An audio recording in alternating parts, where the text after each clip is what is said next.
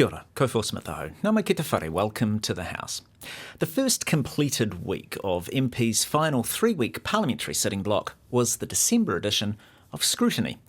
Louis will explain what that is in just a moment. And in today's programme, we will look at 3 aspects of parliamentary scrutiny.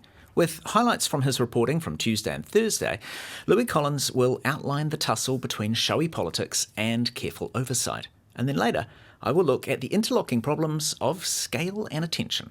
But first, Louis. Kia ora, ko Louis Collins aho.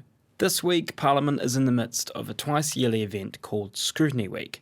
It's technically a sitting week and MPs are expected to be in Wellington, but the House doesn't sit. There are no debates on legislation and no question time. Instead, ministers and senior officials front up to select committees, where MPs cross-examine them about the performance of the government agencies that sit within their portfolios. The December Scrutiny Week is retrospective. Ministers and officials are asked to account for how the agencies have performed over the past financial year. Most of the headlines coming out of the hearings have been focused on the fiery exchanges between ministers and the opposition. Moments like this. So when was the funding allocated for that? Across several budgets. And that is the nature of it. Which budgets? Order. We're going to go to our deputy chair, This is Mr. Ryan Hamilton. Thank you. I call it. On the first day of Scrutiny Week this week, the Primary Production Committee was joined by Minister Andrew Hoggard, flanked by officials from MPI. Hoggard answered questions related to his responsibilities of biosecurity, animal welfare and food safety. A range of questioning styles tend to emerge in these hearings. Some MPs stick closely to the purpose of annual review scrutiny, but when the hearing moves on to politically divisive topics or issues with heavy media coverage, the exchanges can turn more into an interrogation, like this line of questioning from the Greens' Steve Abel. Mr Minister, I've got an image taken from a Taranaki farm a few weeks ago. There's one dead piglet there underneath, which is another image of that if you want to see it up close, but we don't need to. This, would you agree, is not legal under our Animal Welfare Act to have mother pigs in cages like that based on the 2020 High Court finding? Well, no, the 2020 High Court finding said that, how the rule was put in place was done incorrectly, or the process followed, and obviously that pigs being in a farrowing crate for 33 days did not meet the purposes of the Act. So, not the crate itself. And so that's what we're looking at. How do we minimise that time in the crate to only what's necessary to save as many piglets as possible? So why do you reject the advice of your National Animal Welfare Advisory Council that the best welfare outcomes for mother pigs and piglets is moving away from farrowing crates? Well, no, I don't think they said that. The analysis I had was, they could only look at the sows in terms of that. The advice I've got is, like I've said, 14% higher risk of mortality. We've got to make sure that it's not just the sow, it's the piglets as well. You've got to balance everything up. It's not a perfect world in terms of farming. There's a number of things going wrong, happening at the same time, and you've got to come up with a smart balance. Business is going to be less profitable by that amount every year. That was the key thing around, actually, that's what adds on the extra cost to that NAWAC proposal. Have you prioritised that consideration over the consideration of animal welfare in your responsibility as the Minister of Animal Welfare? So in terms of the economics, that was the basis for the transition period. In terms of the welfare, that was why we went to minimise the length of time they could spend in the crate to max, and that would give us the best piglet survivability. So the welfare of both sow and piglet. Scrutiny isn't just a opposition versus government showdown, though. MPs from the government parties also have a chance to ask questions. Do you think that essentially farmers, including all pig farmers, are intrinsically aware of the health of their animals and that's vitally important to them? If the animal isn't healthy, they don't produce. I've known that for a long time on my dairy farm. The cow has to be healthy to make milk. These kind of exchanges can easily digress into a political tit-for-tat, with the discussion wandering away from the intended narrow scope of annual reviews. But what you don't see often covered are the hearings that are much more in line with the original purpose of December Scrutiny Weeks, a detailed examination of how government agencies are actually performing. Some argue that the absence of ministers creates space for a more inquisitive and constructive back and forth, a conversation that's less political theatre and more genuine auditing. And in many cases this week, that's exactly what's happening. The annual review of the Ministry of Justice was one of the committees that had a completely different feel, calmer, more focused and far more granular. In both this audit and maybe subsequent audits, there has been some comments around your IT control environment and your procurement processes. So keen just for you to give a bit more, the committee a bit more insight into how you have been addressing some of those issues. There's a fair bit of crossover between the members of the Justice Committee and the MPs who you might call practitioners of the committee stage. One of them is Lawrence Shunan. Has that number changed or varied? Because I can't actually see a response on that. So yes, we do track all of those, the disproportionality at all stages through the process. And in terms of remand, there has been a decrease in the number of people on remand at the moment, and the remand rate overall has decreased. And the proportion of Māori? The proportion of Māori on remand, I'll just check if I've got that. Has that increased or decreased? I think that's increased from memory. And without the temptation for political tit-for-tat, there's more room for MPs to really test the numbers, like this line of questioning from Labour's Duncan Webb on the government's Retail Crime Advisory Group. I want to focus on the work of the Ministerial Advisory Group for the Victims of Retail Crime. Is that group within its forecast budget? Yes. Is there any concern around the costs that have been incurred by members of that group? The group is doing its work. They are they're busy and they're producing quite a lot of advice for ministers. As part of that, they're running quite a lot of engagements.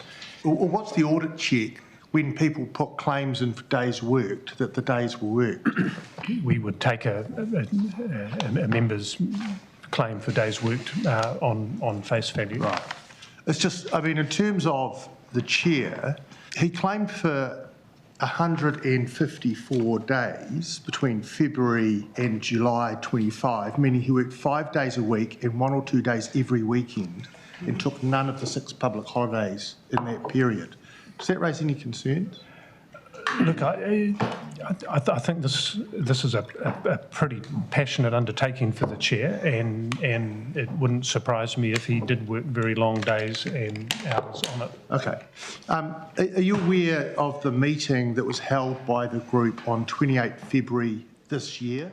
So while the sound bites extracted from Scrutiny Week are often the moments of hostility, it's these more audibly tedious, methodical hearings that likely tell us far more about how our public entities have been performing. The effectiveness of these sessions in terms of transparency and accountability will depend on the quality of both the questions and the answers. Kia ora, ko whasmatahu. Parliament's scrutiny weeks always involve a sudden glut of oversight to follow. It's enough to sate even the keenest political junkie. But the apparent feast is but a glimpse of the vast underlying picture. Oversight of government involves a cascade of diminishing attention. First, the basics. Scrutiny Week is a biannual parliamentary event. What's being scrutinised is the government, not just the cabinet, but all of the various aspects and arms of the machinery that they run or fund. The 2 annual scrutiny weeks are different. In June, they focus on plans, and December, it's about outcomes. Right, first question from Honourable Ginny Anderson. Thank you very much. Thank you, Commissioner. What work has been carried out by police to mitigate the cost pressures and deliver the 500 new police? Well, we certainly started a year ago with a lot of our cost-saving initiatives. In fact, even... that, like all of the audio in this piece, is from a multi-hour scrutiny hearing into the performance of the police. The cascade of diminishing attention is not about things being hidden. It's just inevitable. There are nearly 40 government departments, and that's a lot all by itself. And then add in 150 or so core Crown entities and something like 2,500 entities or organisations outside central government, but established by statute and often receiving at least some government funding. That is far too many to be scrutinised by our tiny parliament. In reality, scrutiny of the many government entities occurs internally, by entity boards, by ministers, and crucially, by auditors working for the Office of the Auditor General. Highlights filter through to Parliament via annual reports. In your annual report, there's been a decline when people are asked, the general public, do you agree that police are effectively responding to serious crime? Right. That's dropped in your annual report over the past couple of years. Right. Do you think there's a link between that decrease and the fact that there are fewer police per other people per population in New Zealand? It's interesting. A lot of the feedback that I've had throughout the year, given our emphasis on beat patrols and visibility, is that, in fact... For these scrutiny weeks, select committees choose who to focus on. The big departments get hearings every year, but the small and inconsequential are very occasionally called upon. This week, by my count, there are reviews of 88 different ministries, agencies and entities, and each of those has been prepared by questionnaires, and then there's been briefings by auditors and so on. The public hearings range from half an hour through to most of a day. 88 is a huge number of hearings in a week, but it pales a little beside 190 core entities, and then the many others. Of course, some of them are overseen by those that are being reviewed, but unless they're doing something very wrong, they're unlikely to feature.